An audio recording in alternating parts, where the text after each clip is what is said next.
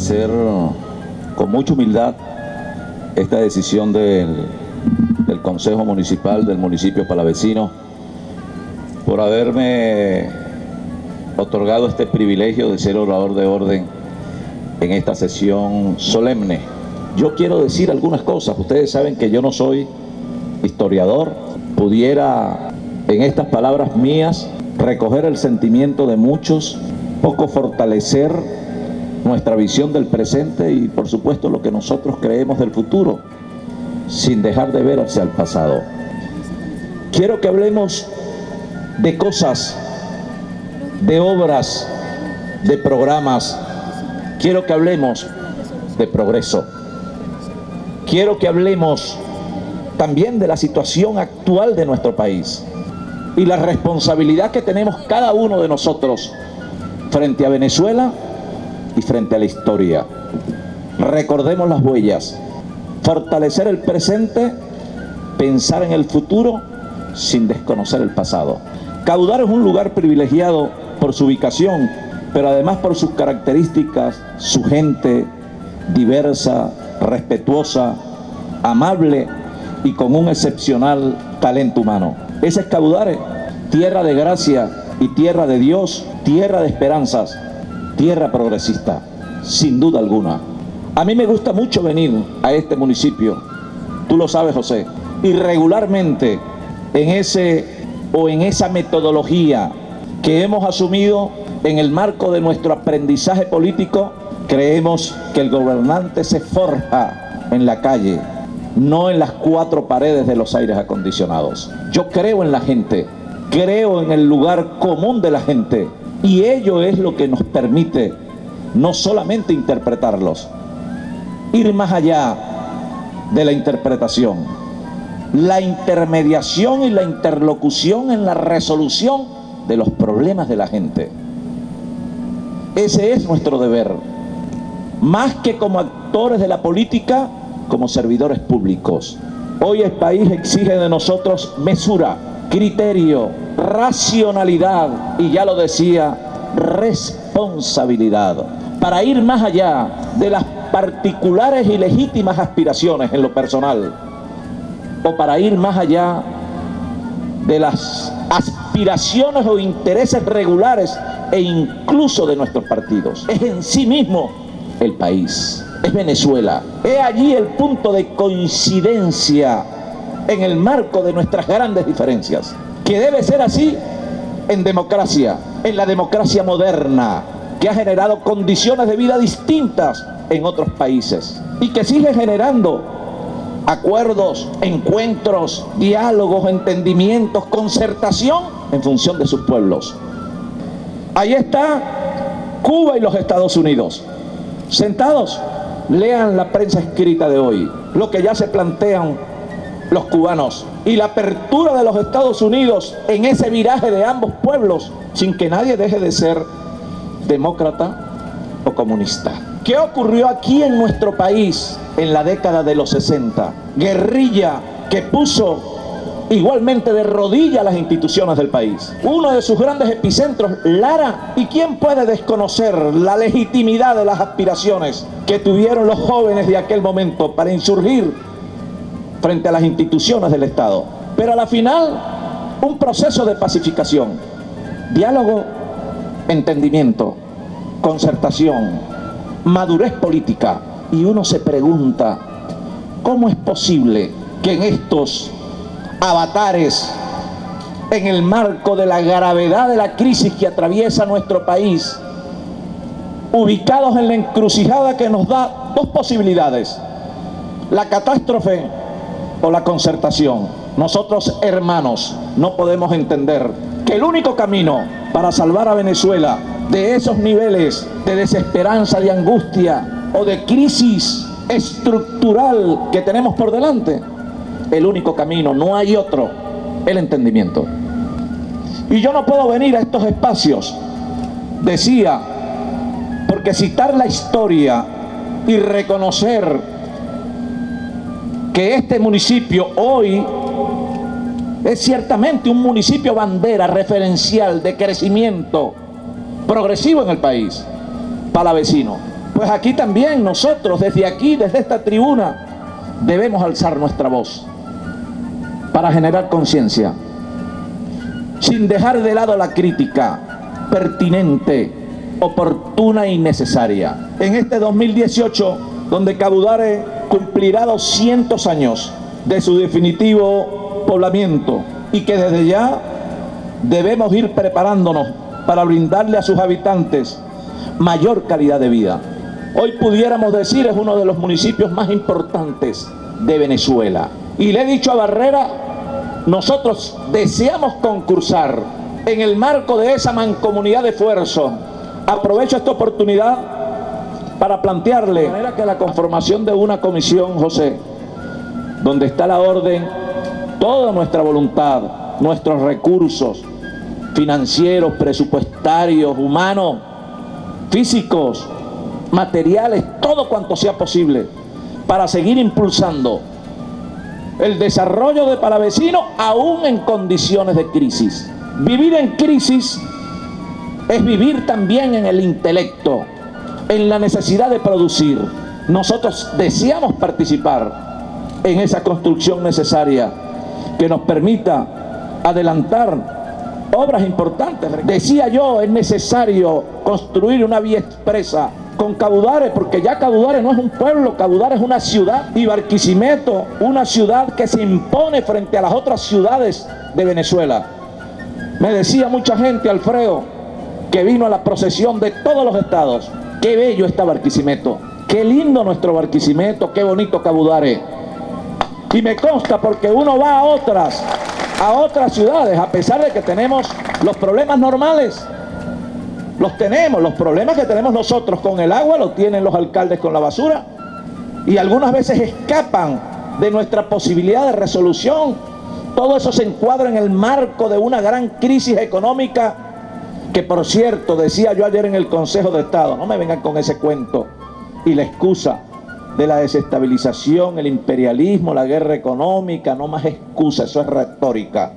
Lo que ha ocurrido en Venezuela ha sido producto de la incapacidad, de la ineficiencia y de la improvisación económica que nos condujo al estado de crisis donde estamos ahora.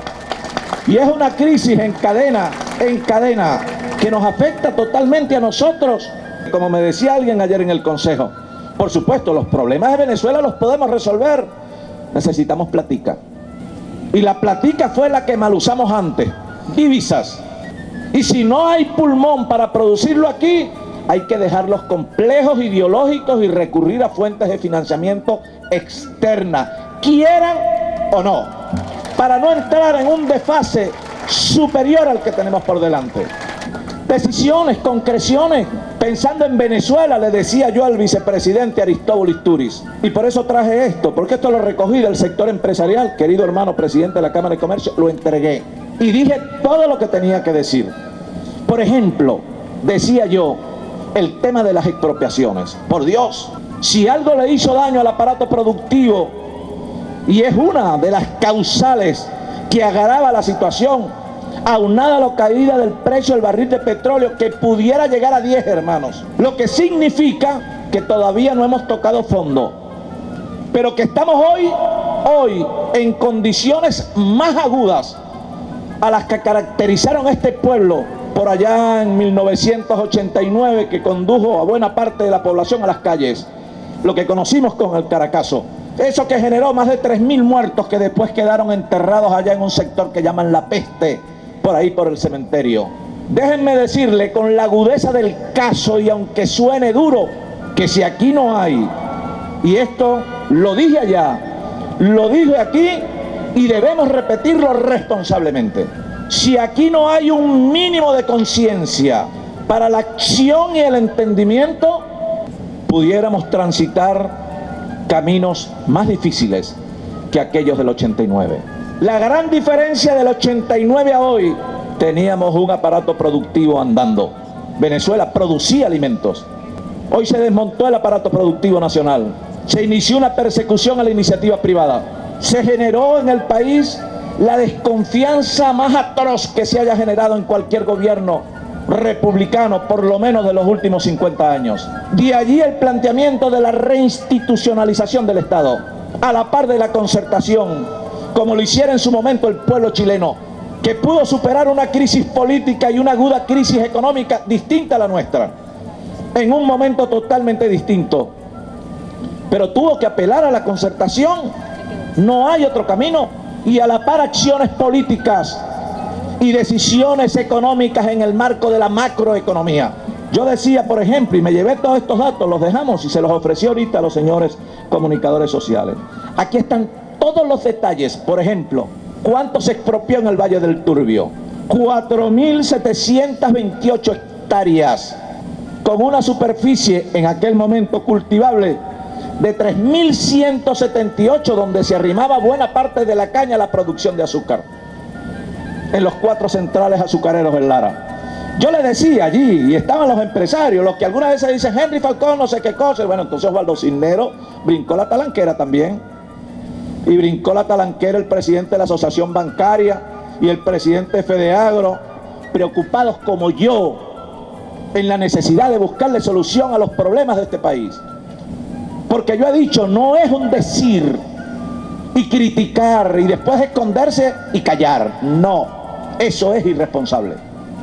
Si yo hablo de diálogo, hablé hace 8 años y hablé hace 2 años, ¿cómo es posible que hoy yo entonces vaya a recoger mi prédica responsable pensando en el país y no pensando en un sector?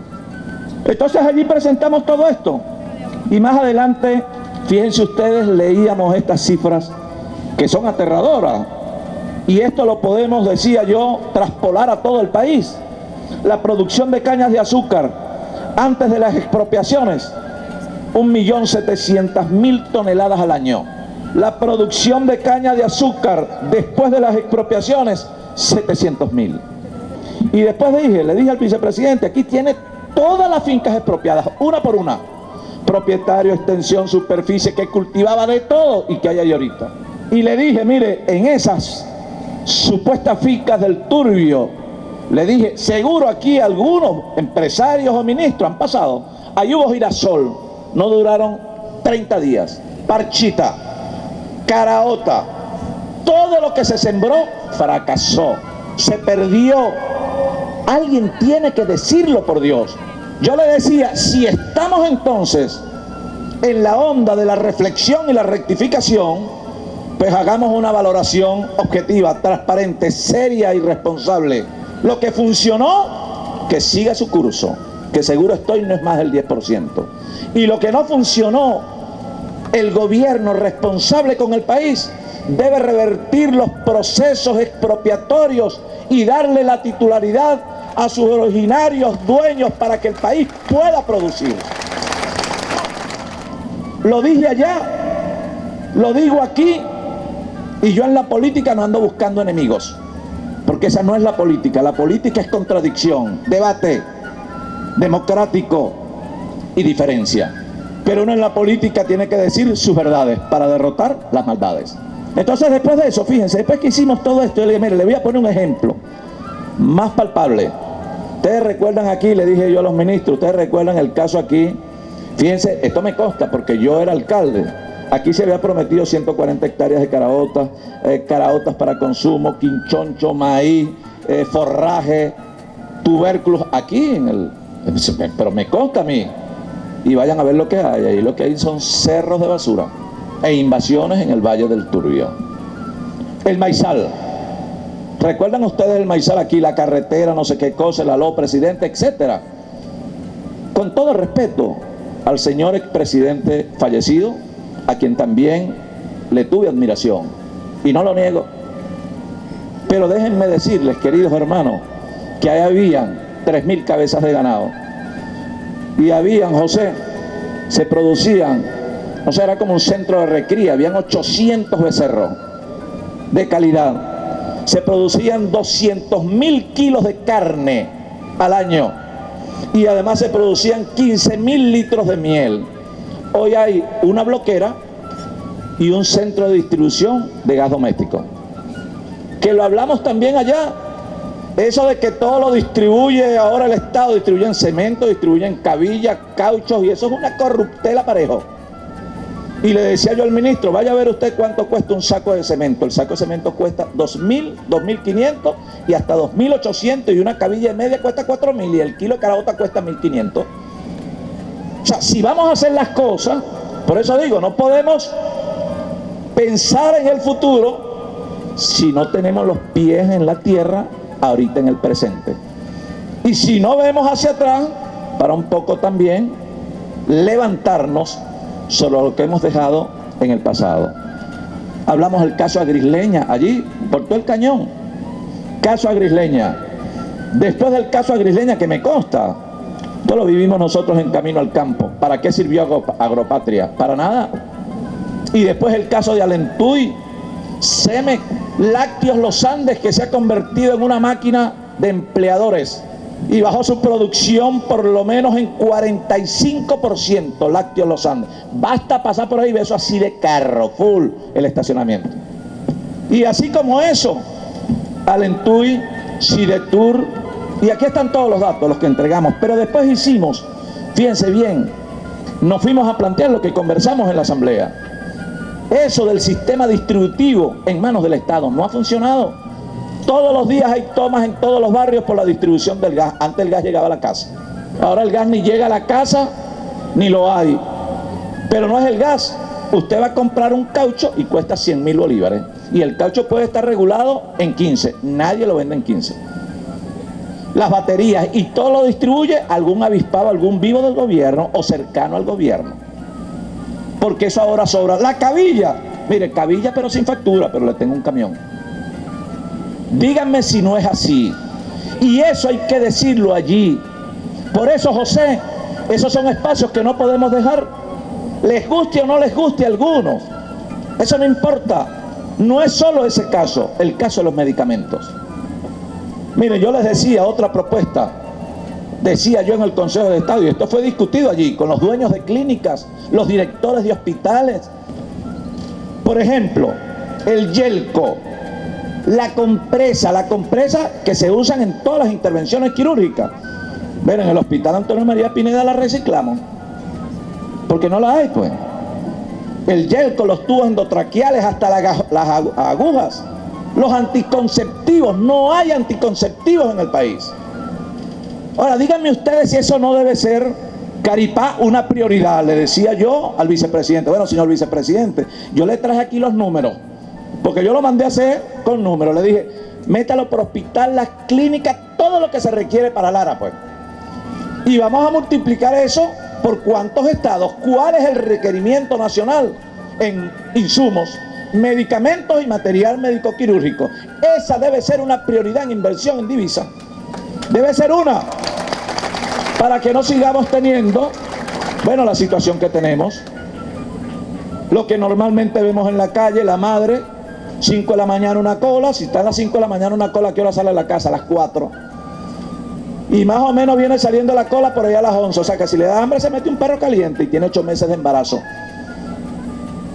Y de allí las causas de mortalidad materna, etcétera, 40.000 cosas. Y lo presentamos eso con criterio crítico. Yo lo he dicho, nosotros no tenemos posturas silentes ni sumisas frente a nadie. No tengo compromiso en lo absoluto, más allá de mi compromiso unitario con los factores aliados de la mesa. Mi compromiso superior también es con Venezuela. No tenemos compromiso con grupo económico alguno, tú lo sabes, José, con nadie. Y en la política, así como hay que gestionar y hacer, en la política hay que tener personalidad y criterio para no ser títere o payaso de nadie, sino ser un interlocutor fundamentalmente de la gente frente a la necesidad y resolución de sus problemas. Hace poco dijimos nosotros acá de que era necesario también, José, transformar algunas vías del municipio, y allí hemos venido también trabajando, hablando ahora del presente. En una oportunidad dijimos, por allá hay que convertir a la avenida Ribereña en una vía expresa. En aquel momento había que proyectar 4 distribuidores, Habría que verle la cara hoy cuánto cuestan los 4 distribuidores. Pero el conteo real de vehículos en tiempo real, porque hay mecanismos para eso, nos daba que en 2 años, si no se eliminaban los 4 semáforos, era imposible la conexión de la avenida Ribereña, Cabudare, Barquisimeto. Imposible. Y había que hacerlo. Y lo iniciamos. Y estamos finalizando ya aquí, en el mes de marzo estamos inaugurando el distribuidor, si Dios quiere y la Virgen. Y me comprometí con el alcalde para este año rehabilitar de manera integral la avenida La Montañita, la avenida El Placer, así como hicimos con la avenida aquella, ¿cómo se llama aquella, José? La prolongación de la Ribereña, que quedó bien bonita, así. Y ahí estamos concertando, José, por ejemplo, ornatos, los parques, etcétera, todo para ir también mostrando, decía yo, un municipio vivible, humano, atractivo y competitivo en el marco de una crisis. Por ejemplo, yo le decía a la gente en Vilara, estos que son 100 millones y 100 millones, eso hay que licitarlo ya, rapidito, caerle rapidito para que no nos trague la inflación, frente a lo que viene o frente a lo que tenemos por delante. Ahí estamos. Hemos compartido con José la necesidad de la perforación de un pozo profundo en el sector del Carabalí, de trabajar algunos sistemas de aguas negras, para lo cual hemos dispuesto para el pozo 70 millones, para las cloacas unos 20 millones, mejora del sistema de distribución de agua potable, además de los 70, 15 millones más, y estamos finiquitando el distribuidor con 495 millones. Algunas obras que fueron sugeridas por el señor alcalde y que nosotros les hemos dado cabida en el presupuesto y que son en el marco de este nuevo aniversario de esta población de Palavecino, de esta amable ciudad de Cabudare, un regalo en el marco de un nuevo aniversario. Quiero referirme ahora, José, a Cabudare con la información que nos han aportado sus cronistas, sus historiadores, las conversaciones con Freddy Pérez, concejal, buen amigo. Bueno, fíjense, aquí en las notas, ¿no? Revisando un poco Cabudare y su historia, leía la palabra Cabudare, árbol grande, que proviene de la voz Cabudari, que es una referencia de este municipio ubicada allí en la avenida Libertador. Y los árboles grandes, bien cuidados, nos dan sombra, nos protegen del sol inclemente. Ese símil quiero que lo veamos con mucha atención para proyectarnos hacia el futuro. ¿Qué queremos? ¿Qué podemos hacer? Nosotros ahorita abrimos una brecha en la Asamblea Nacional, una brecha, pero una brecha que en el corto plazo se va a convertir en un camino y después en una gran autopista para transitar el encuentro y para transitar el futuro de una Venezuela creciente. Así va a ser. Cabudare es ese árbol en crecimiento que debemos cuidar, abonar para que brinde los mejores frutos a todos y podamos convivir en paz, en unidad y sobre todo con la mejor calidad de vida que se pueda conocer en toda esta zona. Pero el soporte o el aporte no es solo del gobierno, debe ser de toda la ciudadanía y de todos los sectores en esta mancomunidad de esfuerzo, José. A pesar de las bondades de este municipio, y me consta del trabajo incansable que realizamos todos, especialmente su alcalde, como también reconozco el trabajo incansable del alcalde de Iribarren, Alfredo Ramos, aquí hay un nuevo modelo de gestionar, un nuevo esquema de hacer cosas. Pero nadie puede negar que hemos avanzado. Como decía el Papa Francisco, liderazgo con humildad. Que decía el Papa en sus lecciones, liderazgo con humildad. La humildad no se estudia en cursos ni cátedras universitarias. Pueden haber cursos de liderazgo, resolución de conflictos, etcétera. Pero uno es humilde o no es. No hay medias tintas en esto.